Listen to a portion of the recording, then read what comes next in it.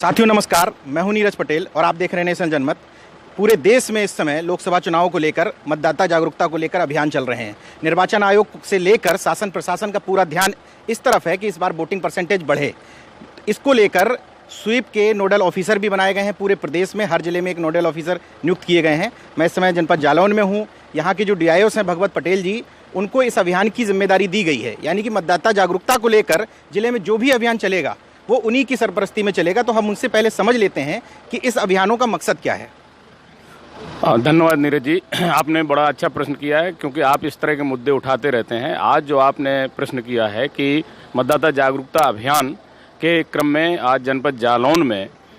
लगातार हम लोग एक माह से प्रयास कर रहे हैं। और एक चीज़ आपको बता दूं मैं कि चूँकि अभी 2 चरणों का चुनाव हुआ है और ट्रेंड जो है वो धीरे धीरे बदल रहा है। और मेन जो मुख्य बात ये है कि जो मतदाताओं को प्रेरित करने की बात है। देखिए, जब तक मतदाताओं को या बच्चों को पूर्व में की गई अपनी जो संस्कृति है या जो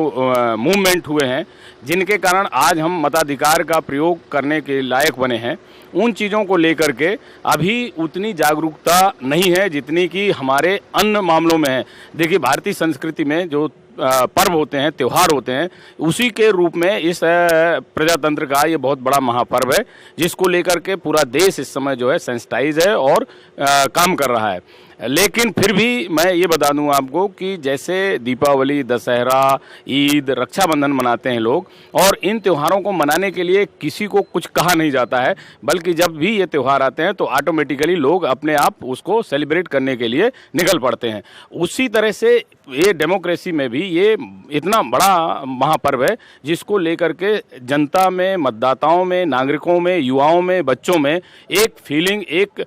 जो है ना जागरूकता होना चाहिए जो कम दिखाई दे रही है। उसके पीछे जो मैं समझ रहा हूँ वो ये है कि जैसे आज़ादी की जो कहानी है, आज़ादी का जो आंदोलन है, उसको लेकर के हमारे पूर्व जो भी प्रीचर थे, टीचर थे या लीडर थे, चाहे वो जिस तरह के लीडर, उन लोगों को चाहिए था कि जनता को उस कहानी, उस नेशनल मूवमेंट या फ्रीडम मूवमेंट था जो, उसको लेकर के कि आज़ादी के महत्व को, आज़ादी के बारे में जो हमारे महापुरुषों ने कुर्बानियाँ दिया है, शहीद हुए हैं, बहुत सारे लोगों ने इस पे अपनी आहुति दे करके हमको आज़ादी दिलाई और हमें मताधिकार का अधिकार मिला, उसको लेकर के अभी पब्लिक में उतनी अवेयरनेस नहीं है कि हमने कितनी कीमत चुकानी पड़ी इसकी। उसको लेकर के जो जब तक अवेयरनेस नहीं होगी, क्योंकि अभी आप देख रहे हैं कि हम लोग मतदाता जागरूकता अभियान पूरे जनपद में चला रहे हैं, मैं चूंकि और भी देखता हूं, लेकिन जो आउटपुट या रिजल्ट आना चाहिए वो अभी नहीं आ रहा है। लोग जो है अपने आप यहाँ बात करते हैं, मंचों पे बात करेंगे, हम लोग बहुत मतलब लगता है कि बहुत लोग जागरूक हो रहे हैं, लेकिन जो जब रिजल्ट आता है तो उसका रिजल्ट जो है उस तरह का नहीं मिल पा रहा है जैसा कि हमको मंचों पे दिखाई देता है या अन्य जगहों पे दिखाई देता है। तो इसकी वजह क्या है कि ये हो सकती है कि जो युवा हैं घर से बाहर निकल के कोई अलग अलग जगह पे पढ़ रहे हैं, बीटेक करने गया है, कोई अलग अलग कोर्सेज करने गया है, नौकरी कर रहे हैं, वो लोग इस बात को लेके जागरूक तो हुए हैं कि हमें वोट डालना चाहिए, लोगों को कहते भी हैं, लेकिन जब खुद की बारी आती है तो शायद वो अपने गृह जिलों में डालने नहीं जाते हैं वोट। ये भी एक वजह है। हाँ, ये भी एक बहुत बड़ी वजह है कि चूंकि आप देख रहे हैं कि चूंकि भारत जो है एक कल्याणकारी राज्य है और यहाँ पे हम लोगों ने जो सिस्टम अपनाया है कि भाई वोट देने का अधिकार है, वो एक ऑप्शनल टाइप का हो गया। उसमें यह है कि आप जाएंगे तो भी और ना जाएंगे तो भी कोई आपको बहुत बड़ा इस तरह का, तो वो ये जब तक सेल्फ अवेयरनेस नहीं होगी लोगों में। अभी आप देख रहे हैं कि हमारा युवा जितना भी बाहर पढ़ रहा है या जितना भी बाहर नौकरी करने चला जा रहा है, उसको इतना मतलब जो है ना अंदर से ये फीलिंग, अंदर से एक इमोशनल अटैचमेंट जो होना चाहिए वोट के प्रति, देश के प्रति, डेमोक्रेसी के प्रति, और अच्छा लीडर कैसे सिलेक्ट करें, उसको लेकर के जब तक उनमें स्वयं में अवेयरनेस नहीं होगी तब तक वो, अभी आप देखेंगे कि लोकसभा चुनाव में बहुत कम लोग जो है ना बाहर हैं, तो वो बहुत कम लोग टर्न अप होते हैं, इसीलिए वोट परसेंटेज हमारा कम रह जाता है। एक बात मुझे ये भी लगती है कि जो अपने आप को संभ्रांत मानते हैं, संभ्रांत परिवार कहते हैं, वो ये नहीं चाहते कि उनकी महिलाएं जाके लाइनों में लगें। ये भी एक वजह समझ में आती है क्या? हाँ, ये भी एक कारण है कि बहुत सारी जो संभ्रांत घरों में की महिलाएं हैं और बहुत सारे जो जिनको आप कहें कि थोड़ा सा पढ़े लिखे तथा कथित मतलब जागरूक अपने आप को कहते हैं, वो लोग भी इमोशनली इसमें अटैच नहीं होते हैं। वो अपने बिजनेस में अपने जिस दिन वोट पड़ेगा उस दिन अन्य कामों में बिजी हो जाते हैं और बहुत सारा कारण होता है कि लाइन लगती है तो लाइन में भी खड़े होने में कमेंट करते हैं। फिर कुछ लोग ये सोचते हैं कि गर्मी है तो गर्मी में कौन जाएगा। बहुत सारे छोटे छोटे कारण हैं, लेकिन ये सारी चीज़ें इसलिए हैं कि हम लोगों ने अभी तक जो हमारा आज़ादी का जो हमारा सेगमेंट था जिसको लेके हमने इतना बड़ा अचीवमेंट किया है, और उस अचीवमेंट को जैसे आप मान के चलिए कि हमारे दशहरा दीपावली मनाए जाते हैं तो उसके पीछे एक नरेटेड स्टोरी है कि भाई दीपावली क्यों मनाई गई। जब राम ने रावण को मतलब युद्ध में जीता तो आए वापस तो को वेलकम किया जाए, दीपोत्सव मनाया जाए। इसी तरह से हमारे कंट्री में जब आज़ादी मिली उस आज़ादी को इस तरह से सेलिब्रेट किया जाना चाहिए था और एक उसको नेशनल फेस्टिवल के रूप में बिल्कुल जो है जैसे गणतंत्र और ये आपका मनाया जाता है, गणतंत्र दिवस मनाया जाता है, स्वतंत्रता दिवस मनाया जाता है, उसी तरह से हमको इसको जैसे नेशनल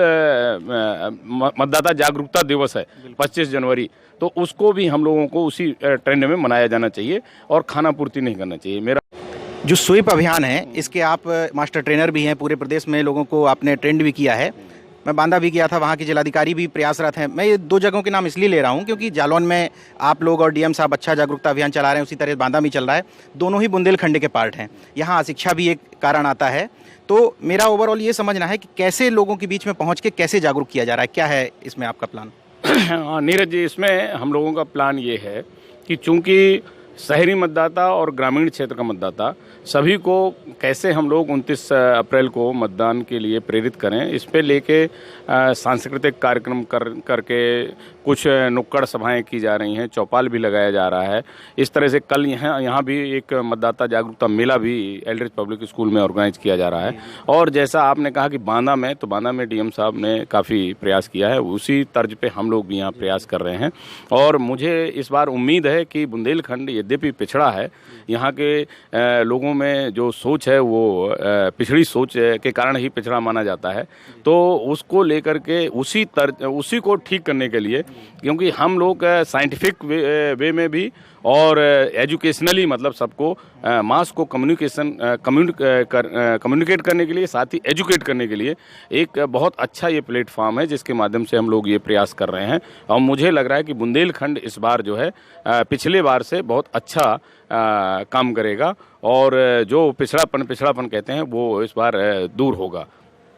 तो कुल मिला के बातचीत में एक बात समझ में आती है कि जो युवा अपने आप को जागरूक मानते हैं, अपने शहरों से जाके दूसरे शहर में रह रहे हैं, वो जिस तरीके से उत्सव में अपने घरों पर आते हैं, वो ये नहीं सोचते कि मेरा 1-2 हज़ार रुपये खर्च होगा, लेकिन जाते हैं त्यौहार मनाने के लिए। उसी तरीके से इस मतदाता जागरूकता के अभियान को एक त्यौहार की तरह मनाएं और 29 अप्रैल को कम से कम जो बुंदेलखंड के छात्र बाहर रह रहे हैं वो उसी तरीके से त्यौहार में जैसे घर आते हैं वैसे घर आके वोट करें। साथ ही साथ दूसरी अपील ये भी सामने आती है कि अपनी घरों की महिलाओं को उस वोट की ताकत समझाएं, उनको घरों से बाहर निकालें। तभी सच्चे अर्थों में ये लोकतंत्र जो आप बार बार कहते हैं कि देश का लोकतंत्र मजबूत है, तो मजबूत तभी बनेगा जब आप अपने वोट की कीमत समझेंगे। देखते रहिए नेशनल जनमत, जागरूक और सजग बने रहिए। हमसे बातचीत करने के लिए शुक्रिया।